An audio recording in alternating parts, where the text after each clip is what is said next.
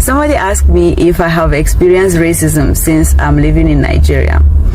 No, I have never experienced racism. I have never experienced something that it shows that they are not welcoming me here, or that they are not happy with me being around them.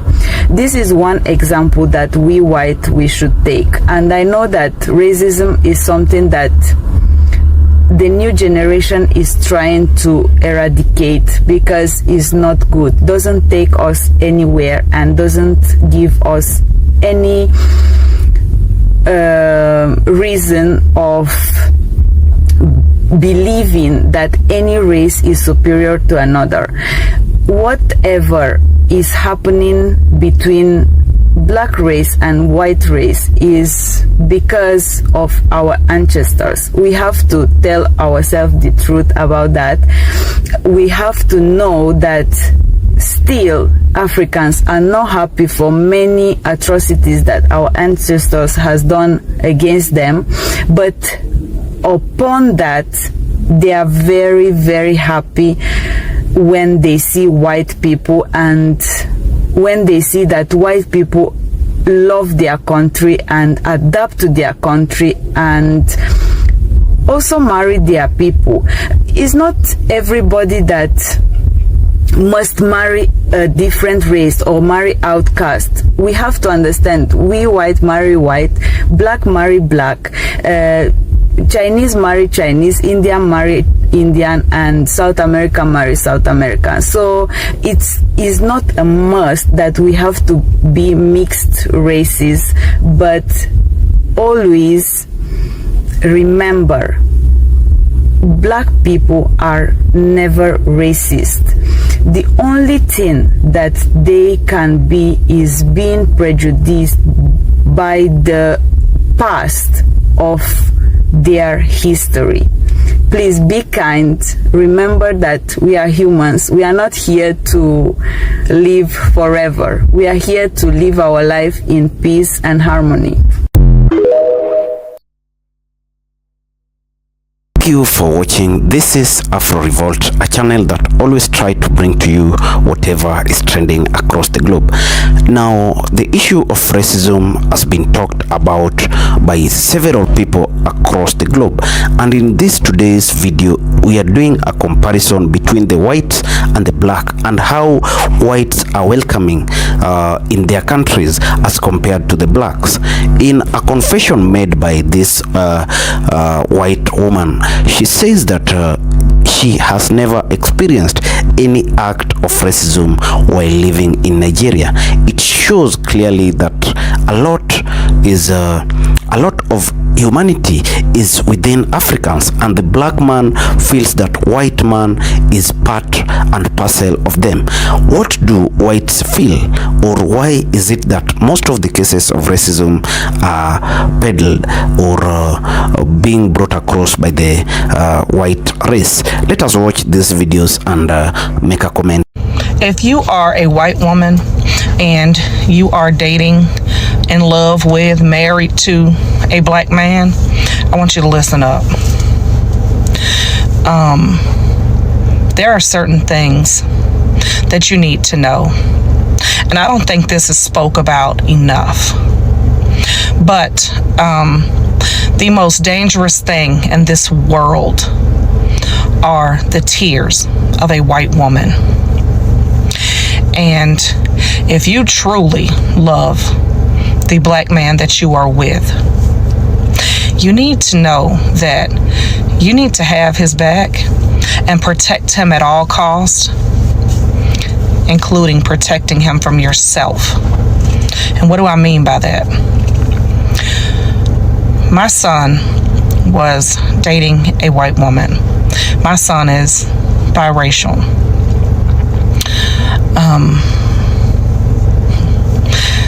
They got into an argument in public, and she started to scream and cry. And my son immediately left the scene. She was outraged. She couldn't believe my son left. My son left because my son knew that if he stayed there and this woman was crying and screaming at him, a black man, there was not going to be any questions asked. He was going to be thrown to the ground. He was going to go to jail. It was not going to be any questions asked because this white woman was crying and screaming about him. Now, I'm sure this female may have been hurt. Her feelings was hurt. She was a little emotional. However, when you are dating a black man and you're a white woman, you need to understand that sometimes your fucking feelings and your emotions have to take a fucking back seat to not cause harm to the person you are dating, that you love, that you are married to. And I'm not telling you that if you are truly in fucking danger, not to get help. But if you're just emotional, you're just pissed off, and you want to scream and hoop and holler, in public is not the time. Because that can turn out very deadly for the black man that you claim to love so much, whether you realize it or not. If you were just dating a white man and you were yelling, nobody would really pay any attention to that shit. But when people see a white woman and a black man and you're screaming, all hell will break loose. Because when white women cry, everybody responds. Even if the shit is stupid, even if it's frivolous, even if it's a lie. The most deadliest thing in this world are white women tears.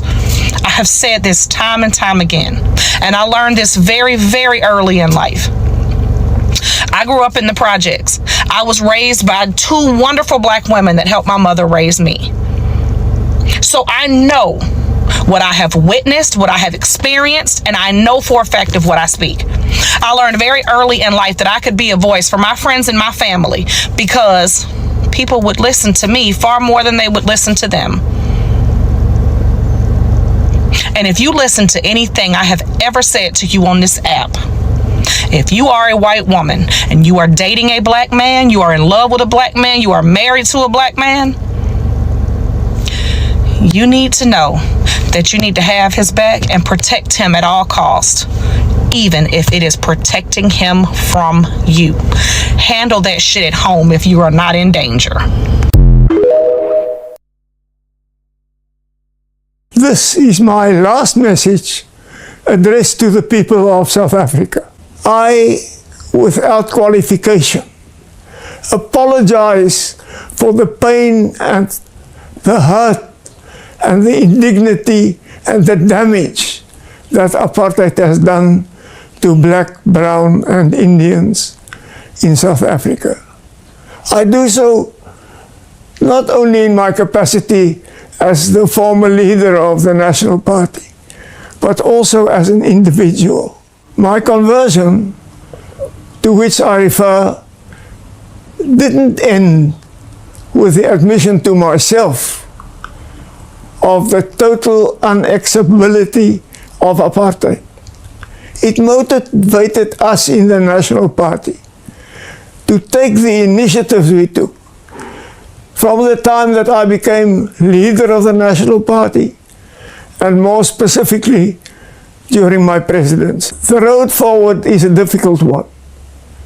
But I firmly believe that if we take hands, and if all the reasonable people in South Africa put their heads together, we can overcome the challenges we face, and we can fulfill the tremendous potential that South Africa has. So why is the West pushing social issues so hard on the African continent? You've probably seen stories like this where the aid that is being offered to Africa often comes with stipulations that they have to enact social reforms that are pretty unpopular. Well, there's a reason for this that I learned in politics, where I spent the better part of a decade being elected, and I want to share those with you. So one of the things that I learned in politics is that the general public has a limit for how much outrage that they have. So if they spend all of their time being angry angry on social issues, they don't have any time to be upset over economic issues. So if we have an aid package come in that comes with a whole bunch of stipulations that the people find really, really unpopular, they're not going to notice when the terms of that loan really work against their economy, or it's all siphoned out back to the West,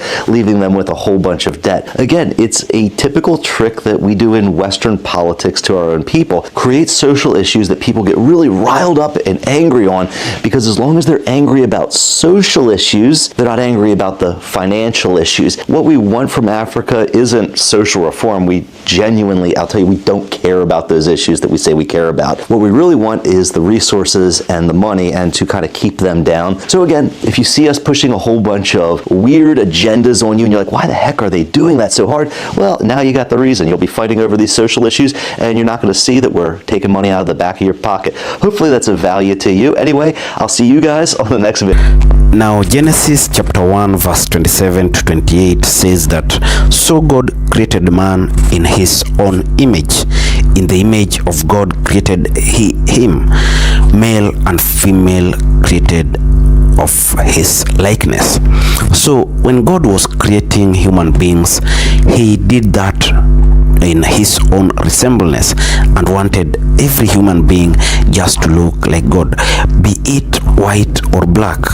These people represents the image of God. There is no one who is light skinned or who is dark skinned in the face of God, because everyone is just like him. So it is so tragic to find situations whereby one doesn't like his skin color and opts for chemical transformations, whereby you bleach to change your skin color to be lighter because you hate being black.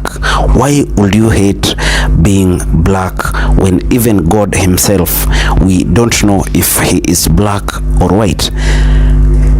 First of all, you should find reasons why you are black or why some are white. Maybe it is because of the weather conditions and immigrations that happened a long time ago, whereby some genes are dominant, some are not dominant, are recessive.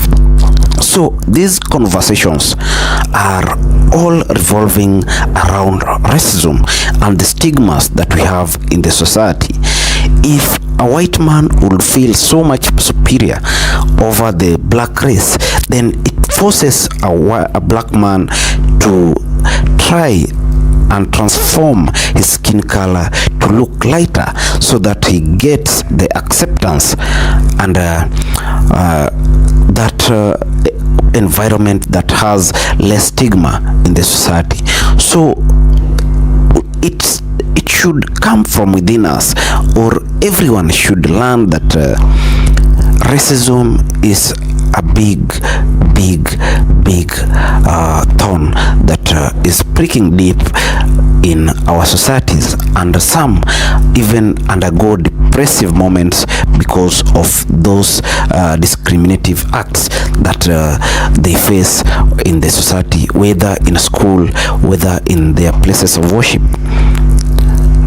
Importantly, we should also teach the black man to accept that this is their skin color, and there is nothing bad with that skin color. That skin color is what they belong to, and they should be more proud of it, because it doesn't make them any different from a lighter person. They are just the same humans who worship the same God and who have same characteristics. No one is better than another. That is when these acts of bleaching will be eliminated in the society, because some have even died because of such acts, and some have even faced skin rashes that have affected their skin, bringing even worse diseases like cancer on their skins because of bleaching. So we have to teach them on the effects of bleaching and the need to be proud of what they are. There is no need of changing your skin color. You are better the way you are. There's no value in being black. There's no value in being white. Everything is the same, and everyone is equal as God saw it when he was creating a human race. So these are teachings we have to bring across to eliminate these racial discriminations and stigma that is embedded within our society, so that we make it a better place to live in. I want you to tell me what you feel about bleaching. Is it a good act? Is it the way our society should be, or is it a crime or a bad thing? Hit our comment section and tell us what you feel. Also, if you're watching us for the first time, kindly consider making your subscription, because through your subscription we ensure that you get notification when we bring another video. Thank you, and may the good Lord bless you.